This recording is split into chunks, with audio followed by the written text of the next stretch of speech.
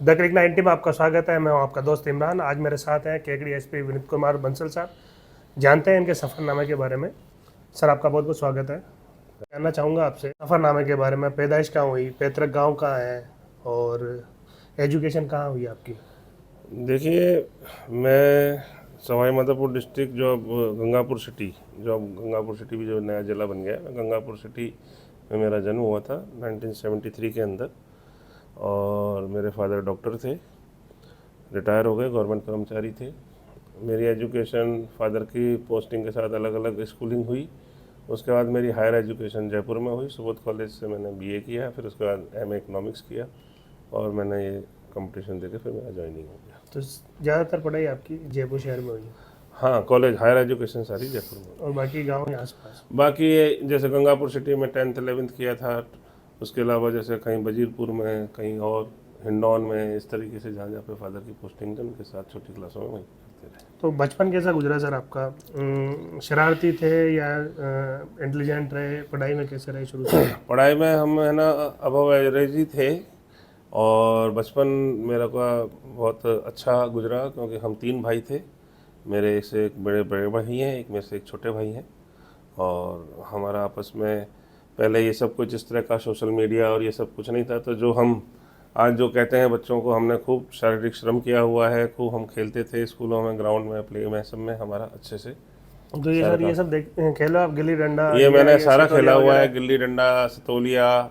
मेरी फादर की पोस्टिंग उदयपुर में रही थी, तो उदयपुर में सतोलिया, जैसे मकर संक्रांति में जयपुर में उठता है तो उदयपुर में सतोलिया खेला जाता है। जी। तो जिसको हमारे यहाँ पर पिट्ठू भी कहते थे। तो ये सारे हमने पढ़ाई खेले। को लेकर या खेल को लेकर पिता से कभी डांट खानी पड़ी या मार खाई है सर आप? डांट का बस इतना सा है कि है ना, जब एग्ज़ाम टाइम होते थे तो उस टाइम पे थोड़ा सा पिताजी रहते थे कि भाई अब अपना एग्ज़ाम में अच्छे से करो। बाकी इस तरह का कोई चीज़ भी नहीं थी। हमारा सुबह से लेकर शाम के बीच में स्कूल और स्कूल के साथ में पढ़ाई, खेल कूद हो जाता था, आ जाते थे घर पे। उसके बाद घर भी बड़े इस तरह के होते थे पहले, जो है ना, जो मई मोहल्ले के लोगों के साथ। और ये जो छोटे छोटे खेल हैं, ये कंचे खेलना, गिल्ली डंडा खेलना है, तो मोहल्ले में और शनिवार रविवार को जैसे कोई छुट्टी होती थी उन्हीं में खेल लिया करते थे।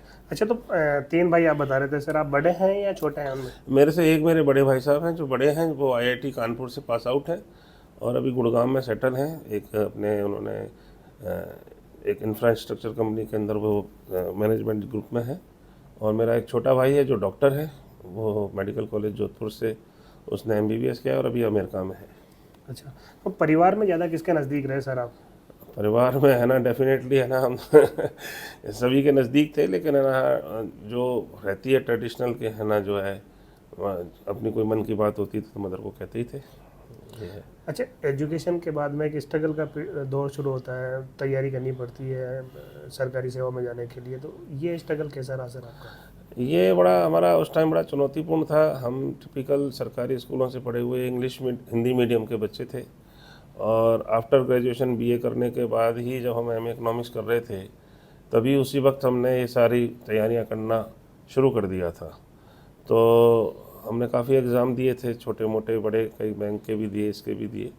जहाँ भी उस टाइम तो आदमी जो होता है एग्ज़ाम देने की कोशिश करता है, लेकिन फिर फोकस्ड, मेरी एक दिन मदर ने कहा कि आप किसी एक एग्ज़ाम पे फोकस कर।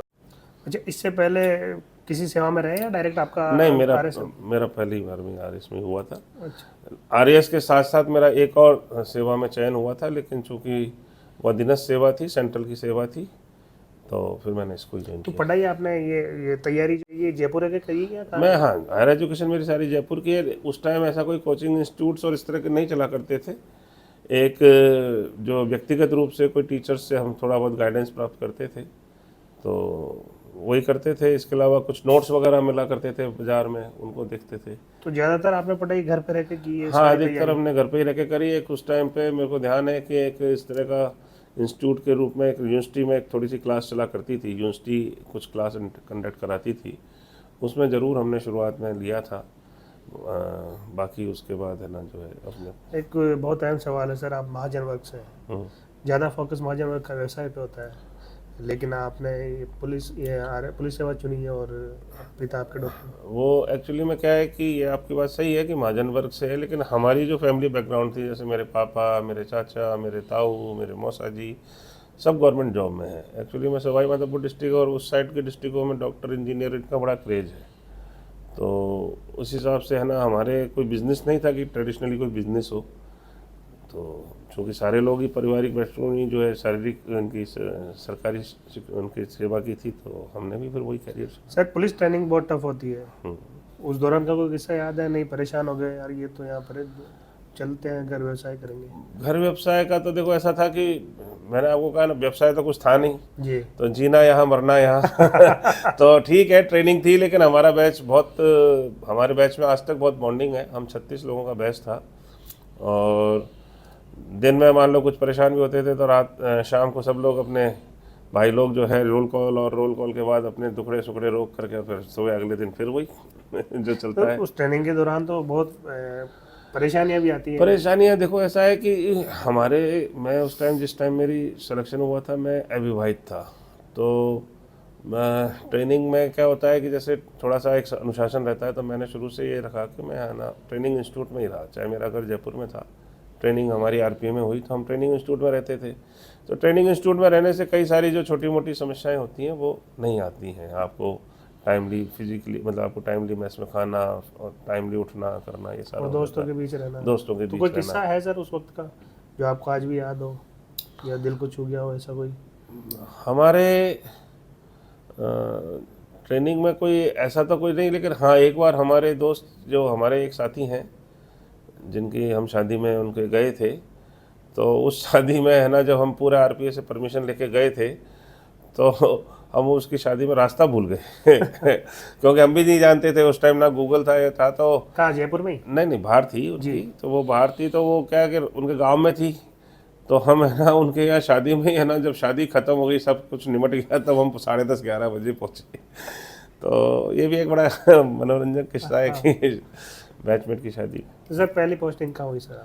मेरी पहली पोस्टिंग मेरी पहली पोस्टिंग तो टेक्निकली कपासन ज़िले में हुई थी, चित्तौड़गढ़ ज़िले में सीओ कपासन हुई थी। जी। लेकिन वहाँ पर मेरी ज़्यादा दिन नहीं रही, मेरी 1-2 महीने के बाद वहाँ पर मेरा ट्रांसफ़र हो गया था, और फिर मेरे को, मैं as a CO north Ajmer, यहाँ पे मेरी पोस्टिंग हुई।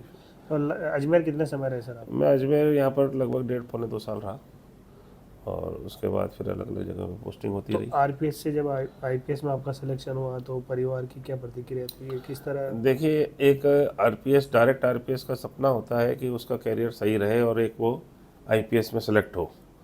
तो जब हमने ये आरपीएस ज्वाइन करी, तो हमारे मन में भी ये सपना था और यही था, और हमने उसी हिसाब से पूरी लगन से, हमने अपनी मेहनत से और इससे सबसे हमने अपनी सर्विस करी, अपना सर्विस रिकॉर्ड को बचा के रखा। और जब हमारा प्रमोशन हुआ सन 2020 में, हमने 97 में ज्वाइन किया, और हमारा फिजिकली प्रमोशन हुआ 2020 जनवरी 2020 में हमारे ऑर्डर आए थे। तो 23 साल के इंतज़ार के बाद हमारे ऑर्डर आए, तो एक बहुत अच्छी सुखद फीलिंग थी। तो बतौर एसपी पहली पोस्टिंग? बतौर एसपी मेरी पहली पोस्टिंग एज आईपीएस, तो पहले कमांडेंट लगाया था सारे बैच को अलग अलग उन पे, तो मैं कमांडेंट टॉक था। फिर उसके बाद मेरी एसपी 2021 में एसपी 12 की पोस्टिंग हुई। कितनी सर्विस होगी पूरी टोटल पुलिस में सर? अब मैं दिसंबर 97 से हमने ज्वाइन किया है, अब आज देख लो आप कितना हो गया, 24 चल रहा है, तो 27 साल। 27 साल की सर सर्विस में ऐसा कोई घटनाक्रम हुआ या ऐसी कोई मामला आपके पास है जब जिसने आपको भावुक कर दिया जो आपको आज भी याद हो? देखिए, 2-3 ऐसे केस थे। जैसे एक केस, तो जब मैं एडिशनल एसपी कोटपुतली था, तो एक दंपत्ति की हत्या हुई। कोई कम्युनिटी कास्ट नहीं लूँगा, जी। वो दंपत्ति की हत्या हुई, तो उस हत्या में बड़ा मार्मिक दृश्य था कि उसके दोनों के उनके गले काट दिए थे और कुल्हाड़ी से हत्या की गई थी। बड़ा चैलेंजिंग केस था, ब्लाइंड केस था। लेकिन शॉकिंग ये था कि जब उसको ट्रेस किया, तो उसमें है ना, उनकी दंपत्ति की हत्या में उनकी बेटियां ही शामिल थी और उनका प्रेमी शामिल था। तो ये मैं सन 2012-13 की बात बता रहा हूँ। जी। ये केस हमारा उस टाइम पे इंडिया टुडे में भी रिपोर्ट हुआ था, मतलब रिश्तों में दरार और उस तरह के उस तरह से। तो ये बड़ा शॉकिंग था। मैंने कहा कि समाज किस दिशा में जा रहा है। तो ये सन 12-13 में ये हालत थी। तो ज़िंदगी का ऐसा कोई खूबसूरत पल है, ऐसा वक्त जो आपको याद है सर? ज़िंदगी का खूबसूरत पल आपको मैं बताऊं कि जब मेरा पहला पुत्र है, जो सन 2001 में पैदा हुआ था जयपुर में। जी। उस वक्त मैं सीओ अजमेर था, वो अप्रैल में पैदा हुआ था। और उस वक्त आपको ध्यान हो तो अप्रैल यहाँ पर नसीराबाद में कुछ छोटी मोटी प्रॉब्लम हो गई थी, जी। तो उस वक्त पे सबके अवकाश पे प्रतिबंध लग गए थे और मेरी वाइफ हॉस्पिटलाइज थी। फिर एसपी साहब ने बड़ी मुश्किल से मतलब हमारे को काफ़ी अनुनय विनय करने के बाद और उन्होंने एक दिन के लिए परमिशन दी कि चलो आप जाके देख आओ और मिले आओ। तो फिर मैं गया और सुखद बात ये हुई कि जब मैं वहाँ पहुँचा तो उसके थोड़ी देर बाद ही मेरे को पुत्र प्राप्ति हो गई और उसके बाद फिर मैं आ गया। तो ये एक अलग ही। अच्छा अच्छा। अच्छा, कोई फिल्में वगैरह देखने का शौक है सर? फिल्में मैंने खूब देखी हैं, आज भी देख लेता हूँ यदा कदा, कभी जब मौका मिलता है तो। लेकिन हाँ, क्योंकि हमारे पास पहले मनोरंजन का साधन सिर्फ फिल्म ही थी और जी। कुछ था ही नहीं। नहीं तो पहली थिएटर में पहली मूवी कौन सी देखी सर आपने और कब देखी? थिएटर की मूवी मेरे को ऐसे याद नहीं है कि कौन सी थी, जी। लेकिन हाँ ये है कि पहले तो फादर मदर भी ले जाते थे साथ में, तो देखी है। तो अब पसंदीदा फिल्म कौन सी है सर आपकी? पसंदीदा फिल्म मेरी 2-3 हैं जिनको कि कई बार मैं देखता हूँ, जिसमें एक तो शोले है, एक 3 इडियट है, हम आपके हैं कौन है, इसके अलावा 2-3 कुछ क्राइम थ्रिलर्स पे हैं जो कि मतलब मैं मतलब इन फिल्मों को कभी भी देखो तो आपको अच्छा लगता है। हाँ, नयापन लगता है उसमें। अच्छा, ऐसा कोई गाना है जो आप अक्सर गुनगुनाते हैं सर? ऐसा कुछ नहीं है, बाथरूम सिंगर है, कभी कभार कुछ गा लेते हैं। नहीं, ऐसा कोई ऐसा जिससे कुछ ज़्यादा आप गुनगुनाते हैं? नहीं, वो ऐसा पर्टिकुलर कोई नहीं है अपने। लेकिन एक आपको इस गाने पे मैं आपको एक बात कहना चाहूँगा जो मैं पर्सनली फील करता हूँ जी। कि हमारी कल्चर और हमारी जो फिल्म इंडस्ट्री है इतनी समृद्ध है कि शायद मानव जीवन के हर परिस्थिति पे कोई ना कोई गाना बना हुआ है। बिल्कुल। खुशी का, गम का, त्योहार का और गुस्से का, जलन का, भाई का, बहन का, पति का, पत्नी का, सास ससुर से लेके भगवान भगवान सबके बारे में जी, गए जी। हुए हैं। तो जब जैसी सिचुएशन होती है कोई गाना याद आता है तो ठीक है, लेकिन हाँ अब तो इन चीज़ों से काफ़ी पढ़ने का शौक है सर आज भी आपको, या किन को ज़्यादा पढ़ा है आपने? हमने पहले तो देखो कोई इस तरह के कोई गाँवों में कोई इस तरह की ज़्यादा सुविधाएं होती नहीं थी। जो हमारे उस टाइम जो वाचनालय होते थे तो पहले बच्चों की ये किताबें आया करती थी, नंदन पराग और ये इस तरह की जो होती थी, जी जी। तो उनको हम पढ़ा करते थे, उससे मेरे को पढ़ने का शौक था। अब कई बार व्यस्तताएं हो गई हैं तो अभी है ना ज़्यादा मिलता नहीं है। आखिरी सवाल सर, देश का जो युवा है वो मोबाइल में ज़्यादा व्यस्त है आज इस दौर में, तो क्या कहना चाहेंगे आप, कैसे देश सेवा में आ गया है युवा? मैं आपकी सुविधा के लिए कोई चीज़ बनाई गई थी, जैसे कि अब आज जैसे मैं ये देखता हूँ, जैसे आज हम हमारे बच्चों पे देखते हैं और जैसा हम सोचते हैं कि जब तुलना करते हैं तो पहले शायद कुछ ऐसा था कि लोगों को ज़्यादा परवाह भी नहीं रहती थी। हम परिवार में कहाँ बच्चे है ना घूम रहे हैं, शाम तक आए, कोई पूछता भी नहीं था, घर वाले कहते आ जाएगा यहीं कहीं घूम रहा होगा, क्योंकि मोबिलिटी भी नहीं थी, ना इतना क्राइम था, ना कुछ ऐसा था, और सब आपस में बॉन्डिंग भी सब लोगों की अच्छी थी।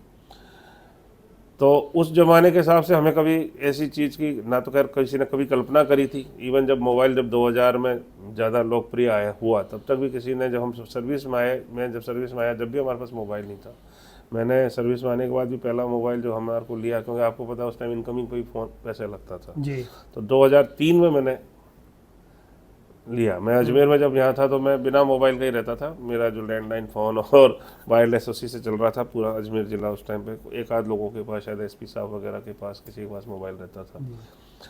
लेकिन धीरे धीरे टेक्नोलॉजी बढ़ गई है, मोबिलिटी बढ़ गई है, और अब आपके सब ये चीज़ें आ गई, तो ये इसको आप अपने जो सुविधा के रूप में काम में लो, ज्ञान के रूप में काम में लो।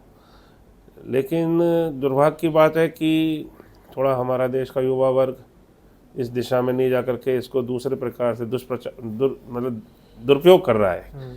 एक तो इंटरनेट का विशाल साम्राज्य है, तो सब तरह की सामग्री है, अश्लील सामग्री भी है, श्लील सामग्री भी है, अच्छी सामग्री भी है, ख़राब सामग्री भी है। आप उससे देश में अच्छा नागरिक कैसे बनोगे उसका भी मिला जाएगा, तो आप देश में दूसरे किस प्रकार के क्राइम करोगे उसके भी सारे साधन, सब चीज़ें हैं। ये बच्चे जो गुमराह हो जाते हैं, जो कि 10वीं 11वीं 12वीं क्लास एक ऐसी होती है जिसके अंदर बच्चे गुमराह हो जाते हैं। तो मैं आपके माध्यम से दोबारा यही अपील करूंगा बच्चों को और उनके पेरेंट्स को, क्योंकि पेरेंट्स तो बेचारे अभी भी भोले हैं। जो ग्रामीण पश्चिमी के लोग हैं वो अभी इतना ज़्यादा जानते नहीं है। जैसे ग्रामीण पश्चिमी में अभी हम यहाँ इंटरेक्शन करते हैं तो उनको बहुत ज़्यादा टेक्नोलॉजी नहीं आती है उनके पेरेंट्स को, लेकिन अब ये चूंकि मोबाइल्स में इतने इतने फीचर्स आ गए, नई नई चीज़ें आ गई, तो टेक्नोलॉजी आजकल तुरंत नया बच्चा सीख लेता है और वो उसका दुरुपयोग करता है। तो मैं आपसे यही कहना चाहूँगा कि सोशल मीडिया पे और इन बच्चों को किसी भी प्रकार से कैसे भी समझाइश करके भगवान इनको या टीचर्स या कोई सामाजिक संस्था या हमारे जैसे जितने भी प्रयास होते हैं, इनको ज़्यादा इस पर नहीं करके अपने जो उपयोगी चीज़ है उसको काम में लें, अनुपयोगी चीज़ पर नहीं लें। प्लस थोड़ा सा अंकुश कहीं हो, उसके लिए चाहे घरेलू अंकुश हो, चाहे संस्था का अंकुश हो या सेल्फ अंकुश हो, और ये देश में अपनी सेवा कर सकें। क्योंकि इसमें ऐसी ऐसी चीज़ें हैं, जैसे हम भी कई बार इसको काम में लेते हैं तो कोई चीज़ जैसे हमें नहीं पता होती तो आजकल तुरंत पता चल जाती है कि यार ये क्या चीज़ आ गई। तो उसके लिए तो अच्छा है, लेकिन आप उस चीज़ का दुरुपयोग करो, ये थोड़ा सा फिर अपने ऊपर ही आ जाता है। लेकिन इस बच्चे को समझाने वाला कोई होना चाहिए उस वक्त जब वो इस चीज़ को काम में ले रहा होता है। टीन एज में ज़्यादा टीन एज में थोड़ा इसको ध्यान रखना पड़ता थोड़ा है। ध्यान रखने की बात है। ठीक है sir, thank you. Thank you. फिर हाजिर होंगे किसी और शख्सियत के साथ, तब तक आप ये वीडियो देखें। धन्यवाद।